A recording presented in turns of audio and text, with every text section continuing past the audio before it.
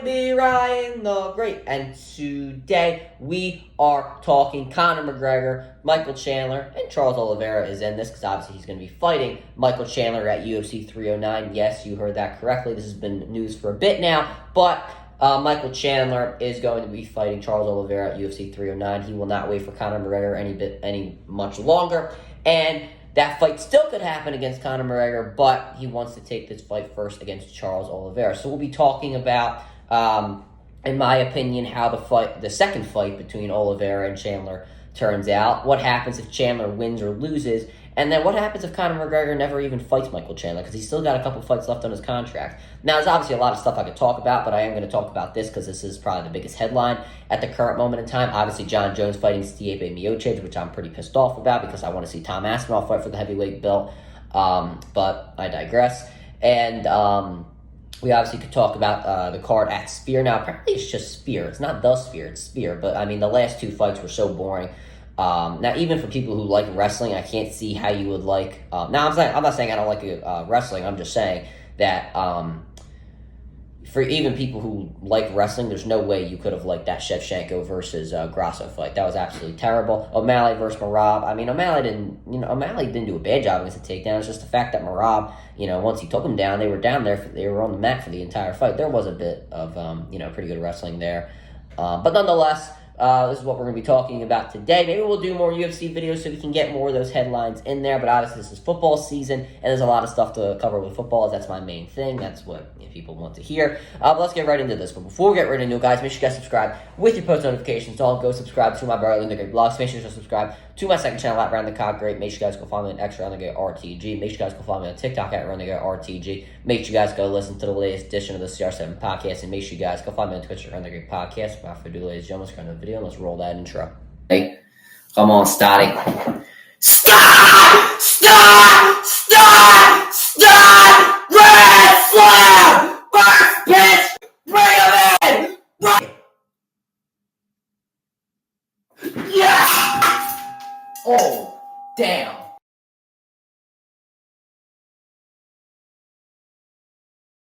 Alright, let's go into the video. So, starting off, how does this second fight between Olivera and Chandler play out? Now, I'm going to break down the first fight. So, to start off, I feel the problem with Michael Chandler in the last fight and going into the second round is that he got way too overconfident. When you rewatch the fight, which I did before writing my notes, you could just see that, going into the second round, Chandler just came out swinging and he was going for the knockout. Now, why he did that, I could see because of the fact that Olivera was not really counter-striking. The only thing he was really doing in that first round was trying to attempt a takedown when Michael Chandler was raining his punches down on him.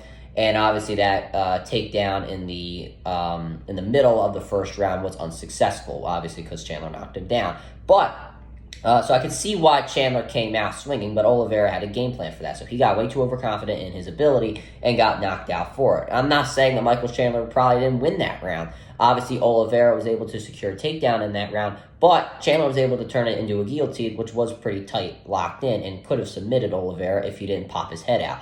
Now, when they got onto the ground and Olivera was able to get, when Olivera was able to get onto his back and have Chandler on top of him in again, trying to do a rear naked choke, Chandler made it look really easy getting out of that position and was able to stand up.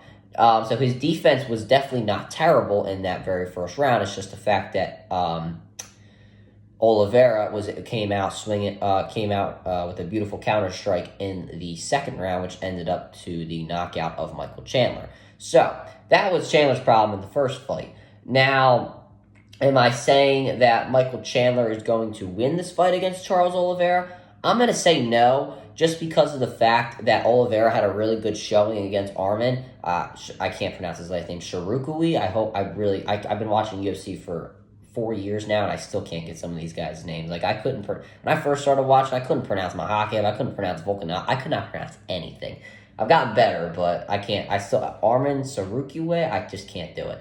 I just say Arman. So, Olivera did have a very good performance against him. He could have got submitted him in the first round with that guillotine choke, but obviously Arman I don't know how he got out of that. I mean, some extra gear must have clicked into him that got him out of that guillotine. So Olivera could have finished the fight there.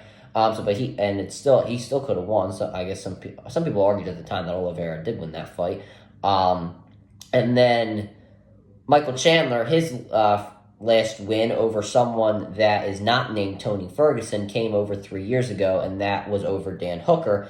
And then obviously in his last fight, he lost to Dustin Poirier and has had almost a 2-year layoff since. So when you take all that into consideration, then I would say that Charles Oliveira is probably going to end up winning this fight. Now, what happens if Chandler wins or loses? We'll talk about if he wins first. If he does win, he may let go of the Conor fight. He says he has options saying he wins that fight. He could go after Islam Makhachev. Now, I think, in my opinion, and I think in the opinion of many others, Michael Chandler doesn't have much of a chance against Islam Makhachev. So even if he does win, I think that he could still or should still fight Conor McGregor, because I think he wins that fight against McGregor. You have a fight win over Charles Oliveira and Conor McGregor in your last 2 fights. That kind of just cancels out all the losses you had against the first loss against Oliveira, Poirier, and Justin Gaethje. That pretty much cancels everything out. If you get a win over Oliveira and Conor McGregor, you immediately are going to get a championship opportunity, and then we see whether he wins or loses that. Now, if he did end up winning against Islam Makhachev, if saying that does happen in the future, then I think the MMA world would go absolutely wild if that did end up happening. But once again, I believe taking the McGregor fight, if he does beat Oliveira, would be the best option, because saying you win the McGregor fight, you get you get financially, you get a lot of endorsement deals, you get a lot of money from the UFC and whatnot, and you once again, for your career as a whole, you once again are probably gonna get that fight against Islam Makhachev. So I think that even if he does win this fight, he probably should still take the fight against Conor McGregor, and I'm sure McGregor would love it, because if he beats someone who just beat Charles Oliveira, then McGregor, would look really good as well, and he'd gain even more traction and money, because I don't even think McGregor really is looking for a championship opportunity at this current moment in time, which I don't think he doesn't obviously need the championship to be a draw, so, and it is what it is. But saying Chandler loses and McGregor says no to him, well, then that's really his problem, Conor McGregor, because I don't think, any media outlet or any casual fan is going to care if Michael Chandler is coming off a loss and he faces Conor McGregor. The media outlets and, the casual fan is going to draw money into the pocket of Dana White. Now, I'm not saying I'm a hardcore fan by any means. I've only been watching for 4 years or so.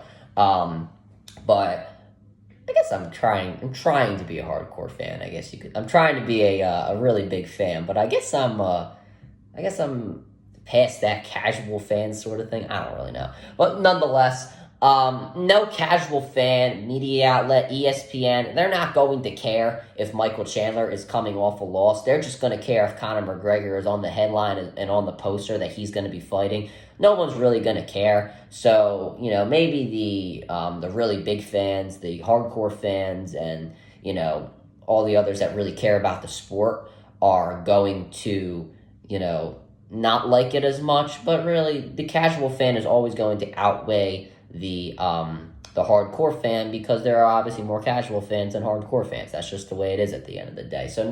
So even if Chandler does lose, I still think he should go. He's obviously probably going to go after McGregor, and McGregor would just be stupid just to say no, because once again, you're going to get a lot of money from it, and you're still the headline. Now, what does McGregor do if he never ends up fighting Michael Chandler? Saying what I just said earlier comes true. Chandler wins and then against Olivera, and then he goes and fights Islam Makhachev, and that fight's out the window. Now, McGregor has 2 fights left on his contract. I would say maybe a 4th fight against Dustin Poirier. I mean that in a retirement fight for Poirier, I feel like that could work out well. That would be a really big money draw. It's saying Poirier doesn't retire at all right now. I don't know. Like Paddy Pimblett, are you saying Paddy can headline a a pay-per-view card, like, I'm not sure, like, what lightweight is out there that can draw, because Chandler's a good as a draw as well, like, don't get me wrong. He's obviously headlined cards before, but I'm not sure any other lightweight outside of guys in the top 5 could really headline, because no top 5 lightweight is going to waste their time with Conor McGregor. They're going to want to try and go for a championship. I doubt Islam would want to deal with him. He has to fight Arman. Would have to fight Chandler in that scenario. So yeah, I don't think that any top 5 guys would go after McGregor. And are you really saying that any guys out of the top 5, not named Michael Chandler, could really, be a big draw? I'm not necessarily sure. So I don't know if Paddy Pimblett could be someone like that. I'm not sure if he moves up to welterweight. He's been talking about Leon Edwards, but I doubt that ever happens. I don't know. It really depends on who he really wants, and it's his show. I'd say Dustin Poirier in a 4th fight. I mean, that's really one of the only things I could think of as a retirement fight, because obviously at this stage of his career, Poirier isn't probably going to get a championship shot, and he really doesn't want to fight just to fight, like some fighters in the UFC. Derek Lewis is a great example of that. So yeah, I mean, we'll have to see, but I still think he fights Chandler regardless. This is just a big what if in my opinion. But yeah, we will see what happens more into this fight. Let me know if you guys want more videos like this, kind of just breaking down news and not just doing predictions. And yeah, that'll do it for this video, guys. Make sure you guys subscribe to the post notifications on. Go subscribe to my Barrel in the Great vlogs. Make sure you guys go subscribe to my second channel at Ryan the Cog Great. Make sure you guys go follow me on X around the RTG. Make sure you guys go follow me on TikTok at Ryan the Great RTG. Make sure you guys go listen to the latest edition of the CR7 podcast. And make sure you guys go follow me on Twitch at Ryan the Great Podcast. And as always, Ryan the Great out. Peace.